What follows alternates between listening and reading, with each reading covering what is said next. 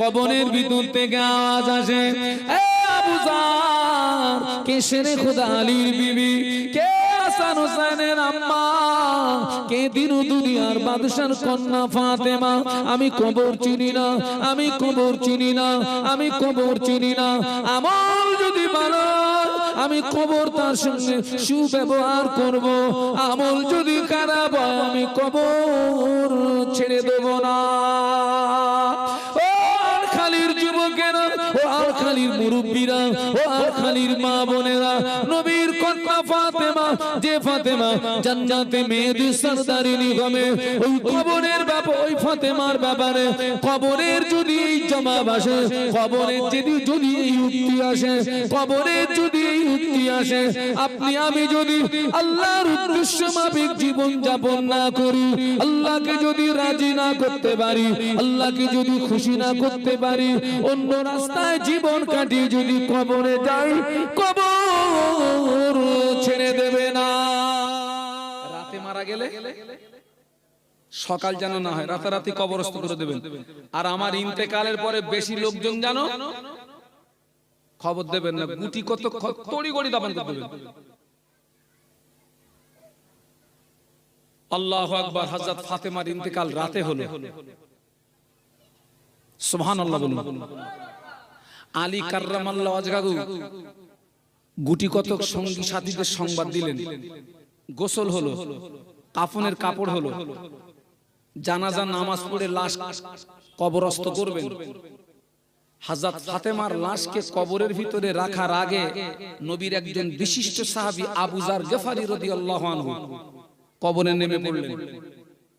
কবরে নেমে বললেন, কবর, তোর ভিতরে কাকে রাখবো তুই জানিস? যিনি হলেন শেরে খোদা হযরত আলী কাররামাল্লাহু ওয়াজহাহুর স্ত্রী। তোর ভিতরে যাকে রাখবো যিনি হলেন হাসান হোসেনের আম্মা, যে হাসান হোসেন জান্নাতের যুবকদের সরদার হবে।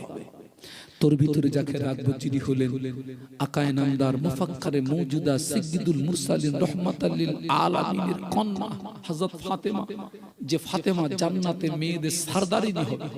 খবরদার, কবর ফাতেমার সঙ্গে যেন খারাপ আচরণটা করবি না, বেয়াদবি করবি না। কবর ফাতেমার সঙ্গে যেন খারাপ আচরণটা করিস না, বেয়াদবি যেন করবি না। আবু যার গফারি রাদিয়াল্লাহু আনহুর কথা শেষ না হতে হতে কবরের ভিতর থেকে আওয়াজ আসে, এ আবু যার, কে শেরে খোদা আলীর বিবি, কে হাসান হোসেনের আম্মা, কে দিন দুনিয়ার বাদশার কন্যা ফাতেমা? আমি কবর চিনি না, আমি কবর চিনি না, আমি কবর চিনি না। আমল যদি ভালো, আমি কবর তার সঙ্গে সুব্যবহার করব। আমল যদি খারাপ হয়, আমি কবর ছেড়ে দেব না। ও আর খালির যুবকেরা, ও আর খালির মুরব্বীরা, ও আর খালির মা বোনেরা, নবীর কন্যা ফাতেমা, যে ফাতেমা জান্নাতে মেয়েদের সরদারিনী হবে, ওই কবরের ব্যাপারে, ওই ফাতেমার ব্যাপারে কবরের যদি জবাব আসে, কবরের যদি উক্তি আসে, কবরের যদি উক্তি আসে, আপনি আমি যদি আল্লাহর উদ্দেশ্য মাফিক জীবন যাপন না করি, আল্লাহকে যদি রাজি না করতে পারি, আল্লাহকে যদি খুশি না করতে পারি, অন্য রাস্তায় জীবন কাটিয়ে যদি কবরে যাই, কবর ছেড়ে দেবে না।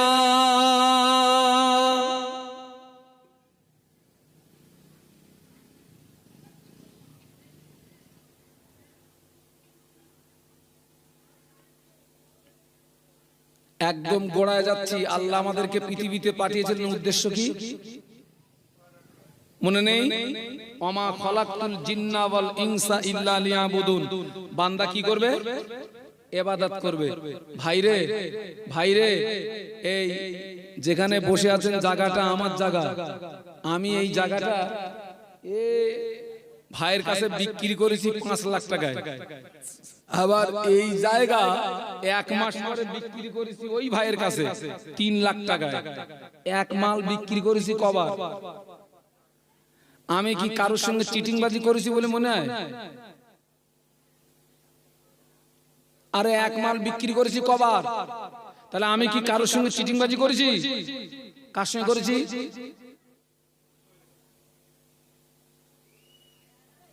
আল্লাহ পাক কোরআনে বললেন, ইন্নাল্লাহা আশতারা মিনাল মুমিনিনা আনফুসাহুম ওয়া আমওয়ালাহুম বিআন্না লাহুমুল জান্নাহ। একটু সুবহানাল্লাহ বলা যাবে? এতগুলো মানুষ রে ভাই, আপনাদের কি সুগারের দোষ আছে নাকি? চিচি করতেছেন কেন সব? হ্যাঁ, জবান খুলে বলুন তো সুবহানাল্লাহ।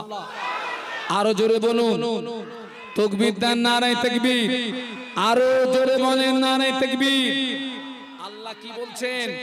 ইন্নাল্লাহা আশতারা মিনাল মুমিনিনা আনফুসাহুম ওয়া আমওয়ালাহুম বিআন্না লাহুমুল জান্নাহ। সুবহানাল্লাহ। আল্লাহ বললেন, নিশ্চয়ই আমি কিনে নিয়েছি, ক্রয় করে নিয়েছি, মিনাল মুমিনিনা মুমিনদের কাছ থেকে, আনফুসাহুম তাদের জীবনকে, ওয়া আমওয়ালাহুম তাদের মাল সম্পদকে, বিআন্না লাহুমুল জান্নাহ জান্নাতের বিনিময়। একটু জোরে বলুন। আমাদের জান মাল আল্লাহ কিনে নিয়েছেন। কে কিনে নিয়েছেন? কিসের বিনিময়ে? তার মানে আল্লাহ আমাদেরকে জীবন দিয়েছেন তো আল্লাহ, যে আল্লাহ আমাকে জীবন দিলেন সেই জীবন আবার আল্লাহ কিনে নিয়েছেন। তার মানে এর ব্যাখ্যা হচ্ছে, আল্লাহ যে বলছেন আমি মুমিনের জান মাল কিনে নিয়েছি জান্নাতের বিনিময়, এর ব্যাখ্যা হচ্ছে আপনি মুমিন ব্যক্তি আপনার জীবনটা আল্লাহর রাস্তায় ছাড়া অন্য রাস্তায়, আল্লাহর রাস্তায় ছাড়া অন্য রাস্তায় আবার আপনার জীবন চালাতে পারবেন না। আপনার যে মাল, এই মাল আল্লাহর রাস্তায় ছাড়া অন্য রাস্তায় ব্যয় করতে পারবেন না। কিন্তু হিসাব করে দেখা যাচ্ছে আমাদের অধিকাংশ জীবন, যে জীবনটা বিক্রি করেছি আল্লাহর কাছে, আবার ওই জীবন বিক্রি করেছি ইবলিসের কাছে। মানে ও বান্দা হয়ে চিটিংবাজি করতেছে কার সঙ্গে? কার সঙ্গে? আল্লাহর সঙ্গে। পারবি তো বাবা? পারবি তো বাবা?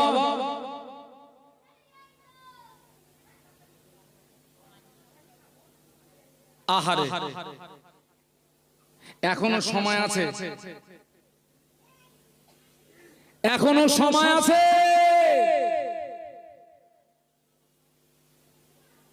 ফিরে এসো বাবা। হ্যাঁ, নিঃশ্বাস এখনো জারি আছে। এই নিঃশ্বাসটা বন্ধ হয়ে গেলে আর কিচ্ছু করার থাকবে না। সব দরজা কি হয়ে যাবে? বন্ধ হয়ে যাবে। সব দরজা বন্ধ। ছেলেরা, যুবকেরা, আমি তোমাদের ভাই মোহাম্মদ শাহানুর আলম পায়ে ধরে বলছি, ফিরে এসো। তোমার জীবনের মূল্যবান সময় নষ্ট করো না, আল্লাহর ইবাদতে কাটাও। ভাইরে, যারা সরকারি সার্ভিসম্যান 50 বছর 60 বছর হয়ে গেলে ও সরকার আর রাখে? রাখে না। কেন রাখে না? কেন? তোরে যে জন্য নিয়েছিলাম সে কাজ তোর দ্বারা, আর তোরে টাকা দিচ্ছি বাড়ি যা বসে বসে খা। ওই যে কিসের টাকা দেয়? পেনশন। বাড়ি যা, টাকা দিচ্ছি বসে খা, তোরে আর আসতে হবে না। ভাই, সরকার যদি 60 বছরের ওই লোকের যদি না রাখে, যৌবন বয়সটা আল্লাহর ইবাদতে দিলে না, যৌবন কালটা আল্লাহর ইবাদতে দিলে না, এখন বুড়ো হয়ে গেছে, ঘন্টায় 12 বার পেশাব লাগে, ওই থাকাবা না আল্লাহ বিল্লাহ করবা? হ্যাঁ, যৌবন বয়সে মসজিদে গেলে না, যৌবন বয়সে নামাজের পার্টির সঙ্গে সম্পর্ক তৈরি করলে না, এখন বুড়ো হয়ে গেছো, বসতে গেলি বাবারে, উঠতে গেলি মারে, এখন মসজিদে ঢুকোছো, তোমারও বুড়ো বয়সের ইবাদত আল্লাহ নেবে কেন? আমার কথা বুঝতে পারছেন না? যৌবন বয়সটা কোথায় দিছিস?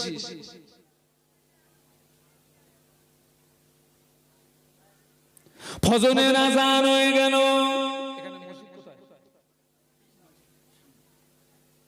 ফজরের আযান হয়ে গেল, ইমাম সাহেব ইমামের জায়গায় দাঁড়িয়ে গিয়েছেন, মুক্তাদির জায়গায় দাঁড়িয়ে গিয়েছেন। একটা মুক্তাদির বয়স 70 বছর, আর একটা মুক্তাদির বয়স 25 বছর। একই নামাজ, একই ইমাম। মুক্তাদি একজনের বয়স আর একজন একই নামাজ একই ইমাম, এই দুটো মুক্তাদির ভিতরে সওয়াব বেশি পাবে কে? কেন তা বললি হবে না? ওই যুবক ছেলেটা সওয়াব বেশি পাবে কেন? ওর কারণ হলো যে লোকটা বিদ্যা হয়ে গিয়েছে, মদ ওকে আর ডাকে না। কে ডাকে না? মদ। ওই লোকটাকে নারী আর ডাকে না।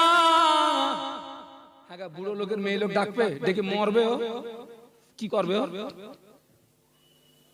নারী ওদের ডাকে না, গান ওদের ডাকে না, তাস ওদের ডাকে না, বাবা সিনেমা থিয়েটার ওদের ডাকে না। যুবক ছেলে ডাকে, মদ ডাকে আমার কাছে আয়, তাস ডাকে আমার কাছে আয়, গাঁজা ডাকে আমার কাছে আয়, জুয়া ডাকে আমার কাছে আয়, নারীরা ডাকে আমার কাছে আয়।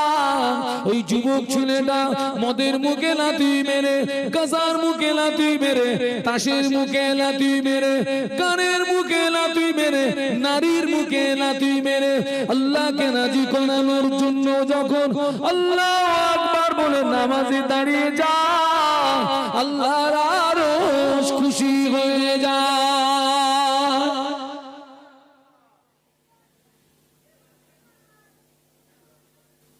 ইসলামের ভিত বুড়োদের রক্তে না, ইসলামের ভিত কাদের রক্তে? যুবকদের রক্তে। আর বর্তমানে এক শ্রেণীর যুবকদের দ্বারা সবচেয়ে বেশি শরীয়ত বিরোধী কাজ হয়। মানেন না? মানেন না? সেই জন্য বলছি যুবকেরা, তোদের দুটো পায়ে ধরে বলছি ফিরে আয়, ফিরে আয়। মসজিদের সঙ্গে সম্পর্ক তৈরি করো, নামাজের পার্টির সঙ্গে সম্পর্ক তৈরি করো। পৃথিবীর কোন পার্টি তোমাকে আল্লাহর নিকটে পৌঁছে দিতে পারবে না, জান্নাতের দুয়ারে পৌঁছে দিতে পারবে না। বরং অন্য পার্টি তোমাকে মদের ঠেকে পৌঁছে দেবে, অন্য পার্টি তোমাকে জাহান্নামের দুয়ারে পৌঁছে দেবে। নামাজের পার্টির সঙ্গে সম্পর্ক তৈরি করো, নামাজের পার্টির সঙ্গে সম্পর্ক তৈরি করলে, মসজিদের পার্টির সঙ্গে সম্পর্ক তৈরি করলে, ওই পার্টি তোমাকে মদের থেকে পৌঁছাবে না, ওই পার্টি তোমাকে জাহান্নামের দুয়ারে পৌঁছাবে না, ওই পার্টি তোমাকে জান্নাতের দরজায় পৌঁছে দেবে।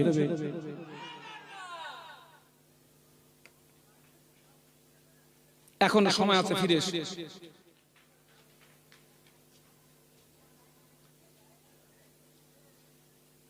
আমি বক্তব্য থেকে বিদায় নেব, তার আগে একটা কথা বলি।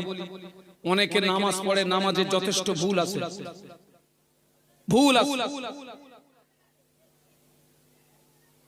মুজাদ্দিদে জামান দাদা হুজুর পীর কেবলা রাহমাতুল্লাহ আলাইহির প্রধানতম খলিফা আল্লামা রুহুল আমিন রাহমাতুল্লাহ আলাইহি, যিনি ছিলেন 18,000 হাদিসের হাফেজ। সুবহানাল্লাহ বলেন, আরো জোরে বলেন। কত হাজার বলেছি? 18,000 হাদিসের হাফেজ, যিনি প্রতিদিনের তাহাজ্জুদের নামাজ কোনদিন মক্কা শরীফে, কোনদিন মদিনা শরীফে আদায় করেছেন। আবার একই দিনে ফজরের নামাজটা হিন্দুস্তানের জমিনে আদায় করেছেন। বলুন সুবহানাল্লাহ। আরো জোরে বলুন। বাবা, হুজুরের লিখিত কিতাব আমার কাছে আছে, নামাজ শিক্ষা। হুজুর আল্লামা বলে গেছেন, আমার কিতাব যার ঘরে থাকবে, আমি রুহুল আমিন তার ঘরে রয়ে গেলাম। বলুন সুবহানাল্লাহ। জীবনে কত পয়সা কত দিকে দিয়েছেন, কত টাকা কত দিকে দিয়েছেন। যুবকেরা, আমি তোমাদের কাছে লোক পাঠাচ্ছি, পারলে 50টা টাকা দিয়ে হুজুর আল্লামার একটা কিতাব একটু সংগ্রহ করো, একটু কেনো, একটু পড়ো। সঠিকভাবে ইবাদত করলে তবেই তুমি সঠিক সওয়াবটা পাবে।